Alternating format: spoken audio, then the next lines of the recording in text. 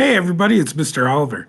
Putting a video together today to announce the good news that if I can point the right way, there it is over there. Looks like we're coming back to school next week. As of me making this video right now, all the COVID numbers look great, our preparations are solid, so we're ready to go. So it looks like as of today, uh, we're preparing to have our students return to school to in-person learning for the first time since March on Tuesday, October 6th. That's the date. Write it down. Get ready to go because that's what's going on. So the point of this video is to walk you through some material. It's for students and families, and I'll even share it with the teachers as well. Remind you some things you might have forgotten, walk you through some things you ought to know, and make sure everybody's ready to go. So getting right into it, because I don't want to make the video super long, and you all know I like to talk. The calendar for the week, just so everybody remembers what that calendar looks like. The digital day on Monday doesn't change. Students will still be engaged the same way they have been for the last few weeks right now.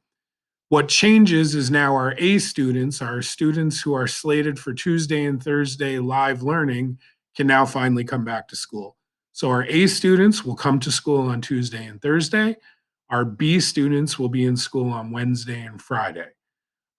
Just as a reminder, because of the way we're doing our learning, all of our students still have school to do every day, and all of our students follow their schedule every day. What changes next week is finally we get students back in school. So again, A students, you're in school Tuesday, Thursday, and B students, you're in school on Wednesday and Friday.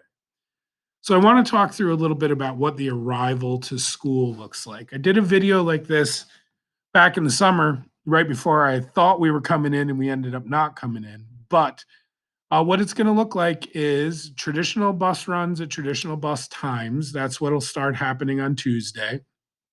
Quite frankly, you've probably seen buses out there already because the other buildings are back in, and we've been bringing in our BOCES students already. So it's normal bus runs at normal times. Students will come to the school on the bus. They will not be allowed off the bus until 7:15 or 7:20. And at that time, they'll stay on that bus until somebody from the school comes and releases them off the bus. We're also asking that our walkers, our riders, and our drivers do not arrive at school before 7:15. We're not going to be ready to take you in. We won't have our screening people ready, so don't get here any earlier than 7:15 or 7:20. So once we come up to the bus or the walkers and riders walk in, you're going to be sent to one of our doors at the school, and you're going to go through the secondary screening. And the secondary screening is a temperature check here at school and a verification that you filled out our screening app. It's essential that you get the Our School Today app, you download it, and you fill it out before you come to school. And I'll talk more about that in a minute. I do want to warn everybody right from the get go. I expect on Tuesday and Wednesday next week, especially, but probably all 4 days next week, that getting into the school is going to take us more time than it will a week from now. So, students and parents, be prepared for your kids to be waiting a little bit. We have to verify every student has filled out the app. We have to secondary screen them. Our experience with BOCES tells us we get a lot faster at this after the first couple of days and everybody gets used to it. But don't be surprised if people are waiting outside for a little bit on the first couple of days next week.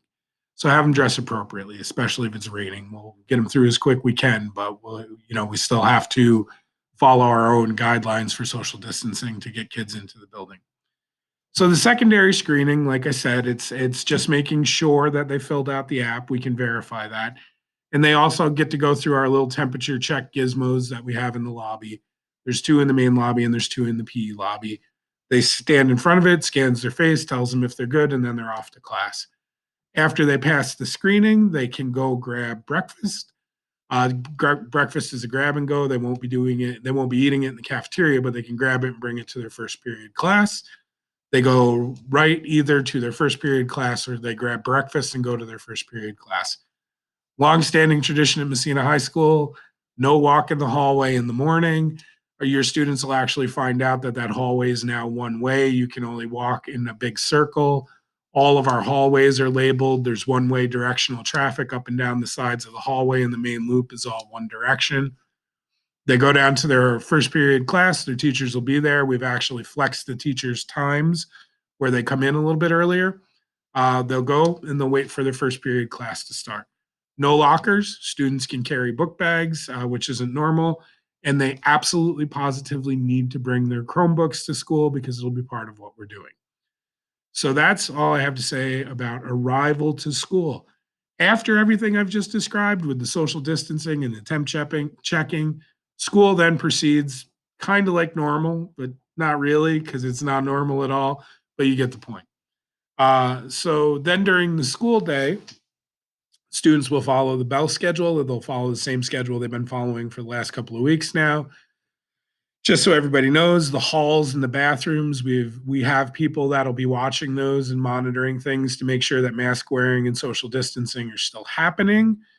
Lunch will still be in the cafeteria, but it'll look a little different. Instead of the lunch tables, there's individual desks which will be assigned that are all socially distant from one another.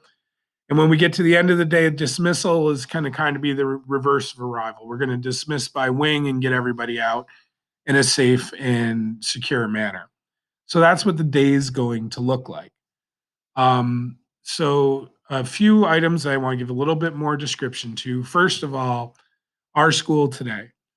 Our school today is the screening app, and I'm a parent, and I know that it's not necessarily the easiest app to figure out, but I want to let you know once you get it set up, it works really, really good.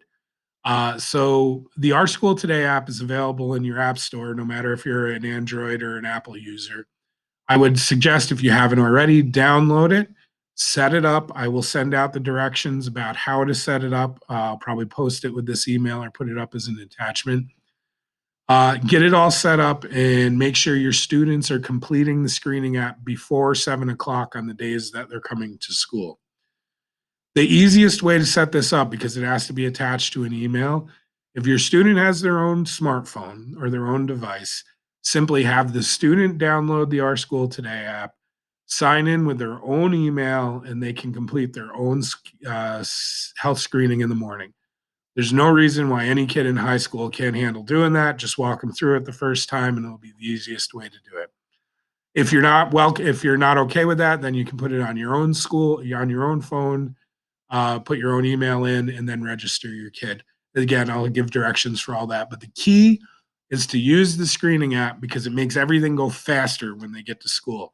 If they've already completed the screen, it's quick. They walk through the door, it takes them 3 to 5 seconds to do the temperature scan, and then they're on their way. If they don't have it done, then we have to stop them. They have to do a paper app, and it takes a lot more time and it slows down the whole line. So please, please, please download the screening app and get it ready to go. Um, excuse me. To remind everybody, health and safety guidelines are most definitely in effect for the high school when you get back. As soon as you're on school grounds or on school property, which means as soon as you get on the bus or as soon as you hit our parking lot, mask wearing, social distancing are must haves. These are not optional. There will be no conversation about or debate about it at school. Students are required to wear a mask and require that it covers their nose and their mouth. I will be 100% clear that this is what the mask needs to look like. Students wearing it like this or like this will be told to put it on properly. And if we have to do that more than once, they are welcome to return to remote instruction. Same thing goes for social distancing. If they can't stay 6 feet away in the hallways, they're not going to be here for very long. Parents, please review this with them before they come to school. It's essential that we keep these universal precautions in place of mask wearing and social distancing to make sure we can have a safe reopening of school.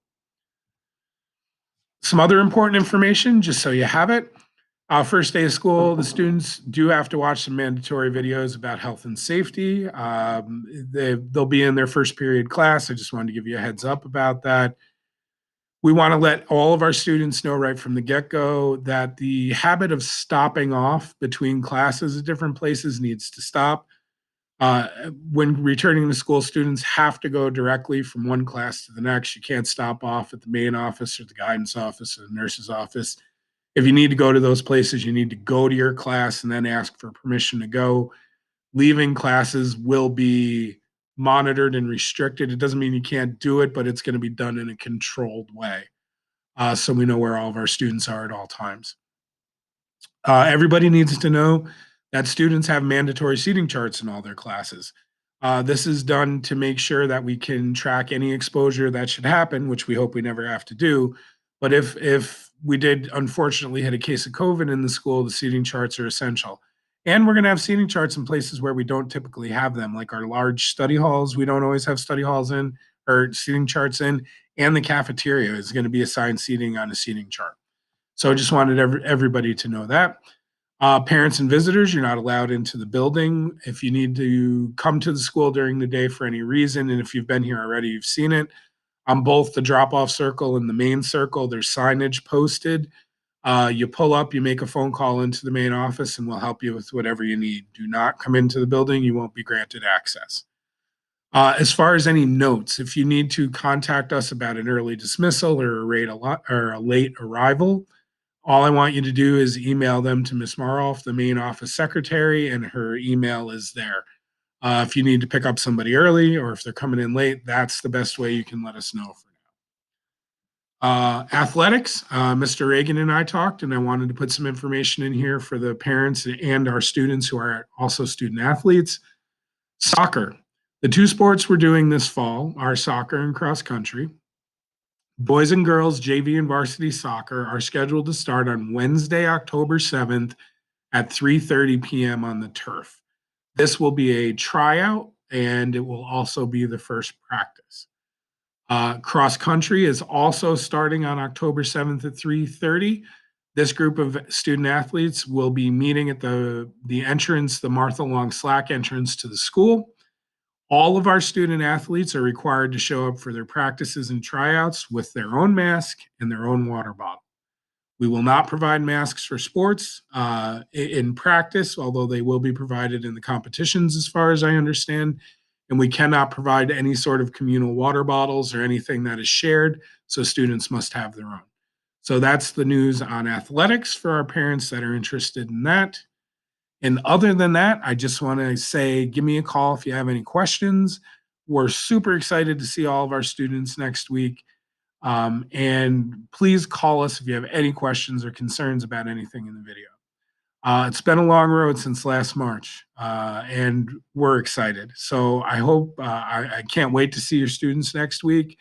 If you need anything from us, we're always here. And other than that, we'll see you real soon. Have a great day, everybody.